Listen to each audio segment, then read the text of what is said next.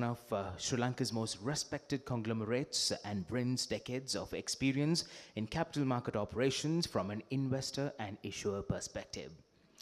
Speaking on the topic of how Sri Lanka can effectively leverage the capital market for capital formation, with special reference to examples such as the Cinnamon Life project, which demonstrates the creation of significant value through the capital market. Ladies and gentlemen, please put your hands together to Chairman John Keells Holdings PLC, Mr. Krishan Balendra.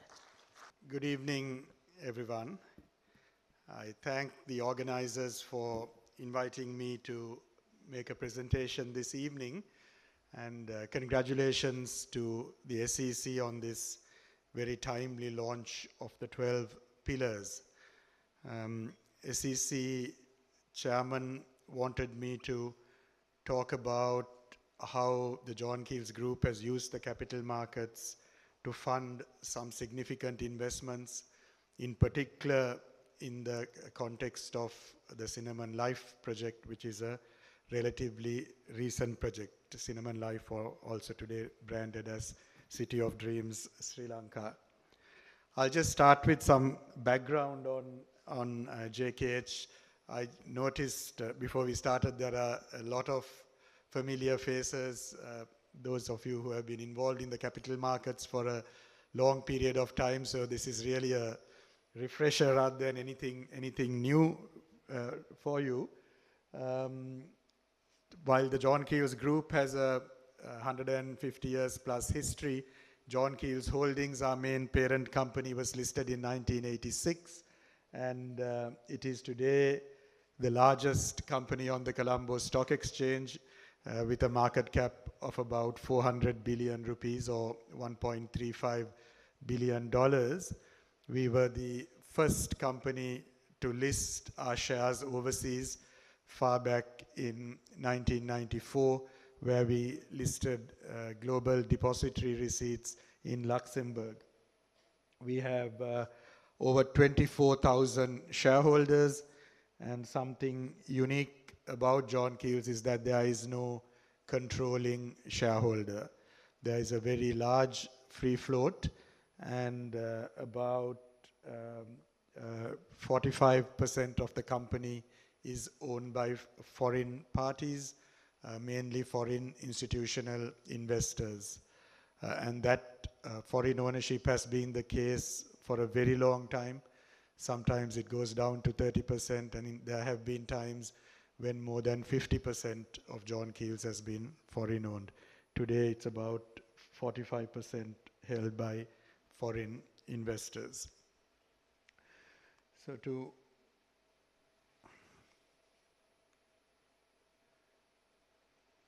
while Professor Disa wanted me to talk about Cinnamon Life, I thought I'll go back a little about some of the other milestones in our history, because we have a history of making some large investments and funding those investments through the capital markets, in particular by through the equity capital market. So going back to 1991, the acquisition of Vitol's, 330 million rupees, doesn't seem like a lot of money today, but at the time it was the largest ever takeover in Sri Lanka in terms of value. A lot of you may not be familiar with the name Vitol's. Vitol's was the company, the group that owned Ceylon Cold Stores and Cinnamon Bentota Beach Hotel and the hotel in Hikkadua, which is now branded as Hikka Trans, and also the land in Vauxhall Street, which John Keells occupies today, about 3 acres of land at the time. Then in the late 90s, the first private terminal at the Colombo port, John Keells was one of the promoter shareholders, the main promoter shareholder, along with P&O Ports, at $240 million. Then in the late 90s, it was the largest private investment ever in Sri Lanka. And then in 2004, John Keells acquired Asian Hotels and Properties, which was an acquisition of about 6 billion rupees, which was the largest acquisition then at the time. And Asian Hotels and Properties, a lot of you know, owns the Cinnamon Grand Hotel and Crescat, and also owns about 44% of Cinnamon Lakeside Hotel. So how did we fund all these? These were all, the largest acquisition, the two largest acquisitions ever in our history, and the largest private investment, and we could not have done it without the capital markets. We were listed on the Colombo Stock Exchange, as I showed, from 1986, and there have been successive capital raisings over the years in the 1990s. So we had 400 million rupee rights issue straight after acquiring Vitol's. We had the GDR issue of $35 million. That is where we listed in Luxembourg in 1994. We had a rights issue in 1995, raising 500 million rupees. And then in 2004, after acquiring Asian Hotels and Properties, we did a private placement of shares, raising 3.2 billion rupees, followed by a rights issue, raising 2.8 billion rupees. And then in 2007, we raised a further almost 13 billion rupees through a rights issue to strengthen our balance sheet.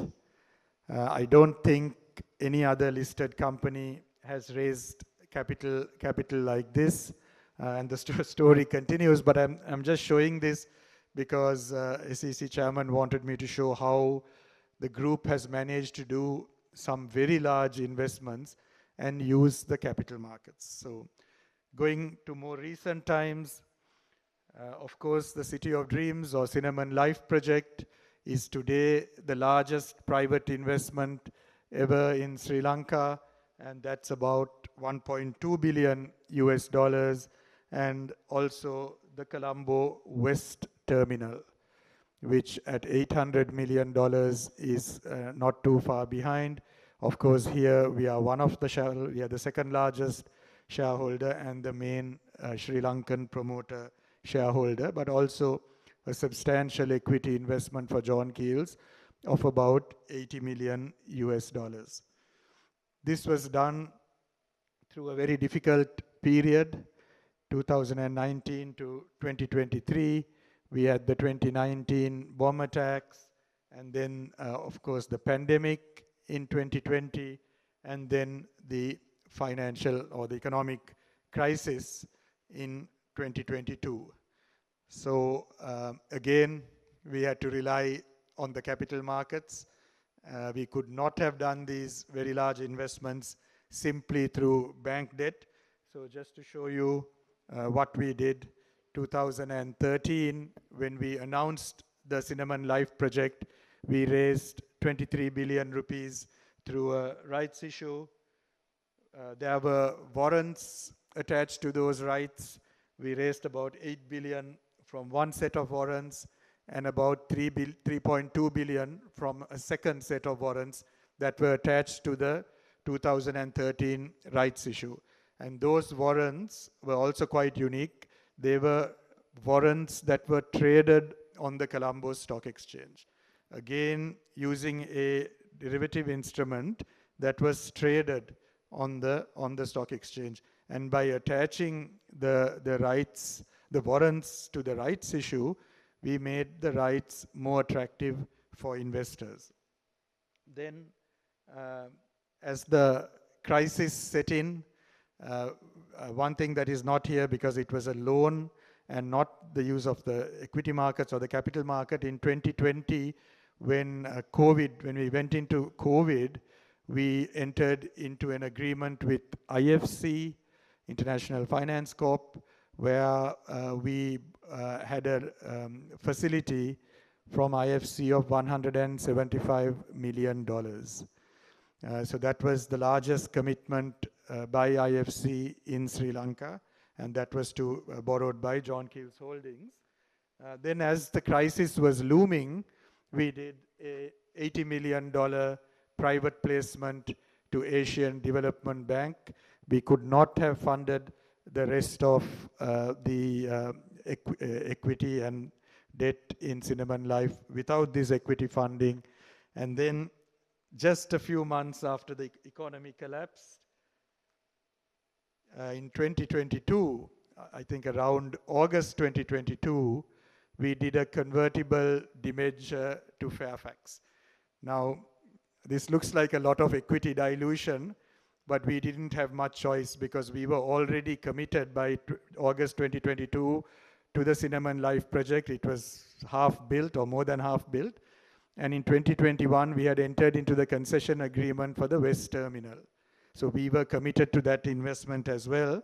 And when the country was in an extreme crisis, we were fortunate that we had one of our shareholders, Fairfax Financial from Canada, who made this investment of $75 million in a convertible debenture, and the debentures were converted to ordinary shares, listed shares of John Keells Holdings. And I just picked that again because as an example of, if you build a track record with investors as a listed company, one or two of them, even in the height of a crisis, when no one would invest even $1 in Sri Lanka at the time, they were willing to step up and invest $75 million. So I want to just mention that because some of these corporates who are thinking about listing, it's another reason to list and build a track record, because it is really excellent and super way of raising capital for big projects. Then finally, last year, we did a 24 billion rupee rights issue, again for the final funding for the Cinnamon Life project and the equity for the West Terminal project. So repeated use of the capital markets for the largest investments that the country has seen. So just a few points to end with. I would urge all of you from the corporate sector who have not listed your companies. Here is an example of a company that has used the capital markets not only to grow our business, but to have a very positive impact on the Sri Lankan economy. I would strongly urge you to look at listing. And for those of you who are already listed, but where families have significant stakes, why do you want to hold on to very large stakes? A lot of companies I've noticed, the promoter shareholders own 80%, 90%. Why do you need to own so much? You can dilute and still keep control, and the opportunity is there. The SOEs, Treasury Secretary is here, something to think very seriously about. Why does the government need to have 100% of all the SOEs? There are some not so strategic SOEs, something to seriously consider selling down some part of your shareholding in the Colombo Stock Exchange and using that capital to fund your growth. Another reason that may compel some corporates are the new single borrower limits, very stringent single borrower limits. So bank financing is going to be a challenge. So you will have to look at debt instruments and listed equity instruments. So that is something else to keep in mind. So that's all from me. Wanted to just talk a little. SEC chairman asked me to talk about this, so I wanted to give you an example of how as a corporate we have effectively used the capital markets to fund our growth and in turn also have a positive impact on the economy. Thank you.